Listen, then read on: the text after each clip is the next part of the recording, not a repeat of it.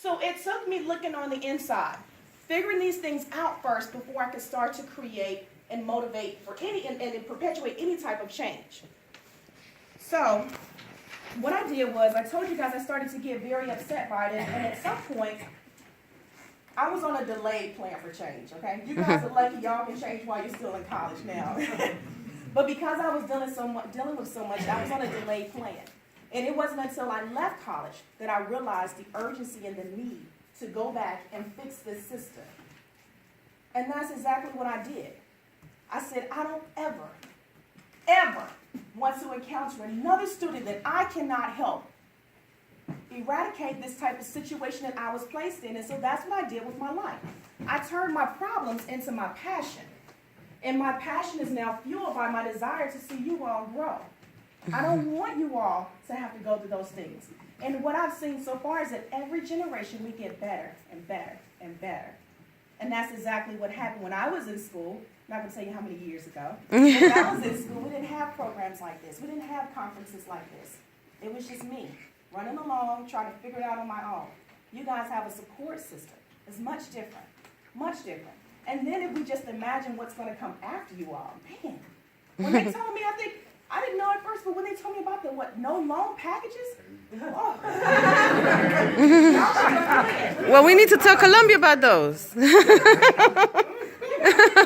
I wrote a book. Student loans are the devil. Girl, sister, you. Now that I know, I'm like, oh yeah, we're gonna make sure no one has to go through this thing again, okay? So that's the thing. I turned all of my problems into my passion, and it started to fuel me. And so now I look back and I'm like, how did this little girl from the inner city of Atlanta, with all of these chips stacked against her, how did she turn into the person that she is now? Not only am I able to go around and travel and teach people and train young adults on, first gen students on how to navigate through the process, but I took it a step further. Now I'm able to sit with international third world governmental leaders. And I help them and advise them on how to correct their educational system. Girl. I'm changing over the whole system is what I'm telling you guys. That's right.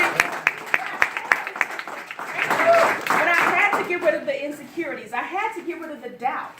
Because if I didn't, you could put me in the highest places and I couldn't perform. But because now I know how to do it, I'm ready. And so are you guys. You guys are ready. You're ready, and as long as you continue to, receive all the tools and things that you need, you are ready. And I'm so excited to meet the future you. Like, that's impressive. I get excited about that. Hi, come on in.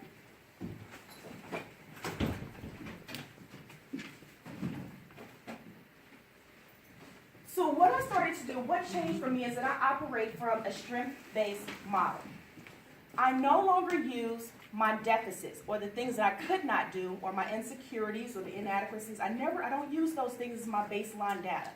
Instead, what I do is I use everything that I can. So I have an I can spirit within me. Oh, I can do that. Yes, I can. I can do that. And I will. And I will do that. And watch me. Thank you.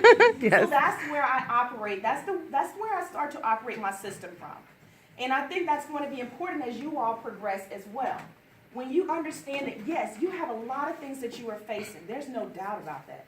There's no doubt about that. I don't even know if I could have functioned in an Ivy League setting like you all are. That's another thing, another barrier.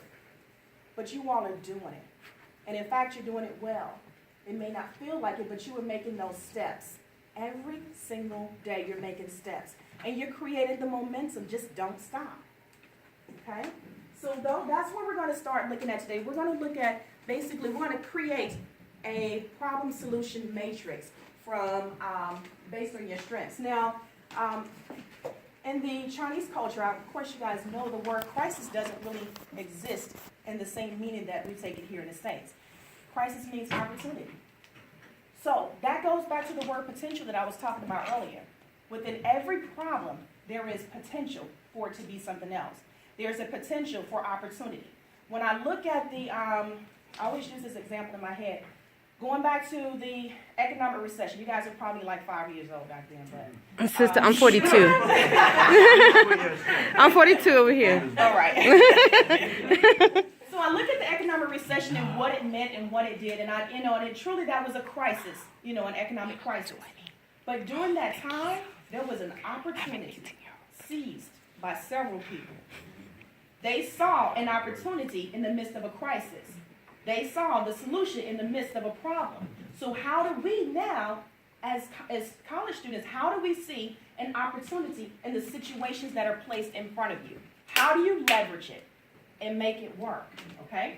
So that's what we'll be talking about as far as when you guys get into your groups.